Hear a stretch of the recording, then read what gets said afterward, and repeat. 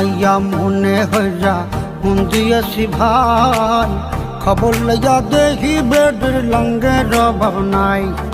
ভালো মাইয়া মনে হইয়া মন দিয়েছি ভাই, খবর লইয়া দেখি বেডের লঙ্গের অভাব নাই। দেখতে শুনতে এতই সুন্দর যেন ফিল্মের নায়িকা, মমতাজের গান গাইয়া হইতে চাই সে গায়িকা।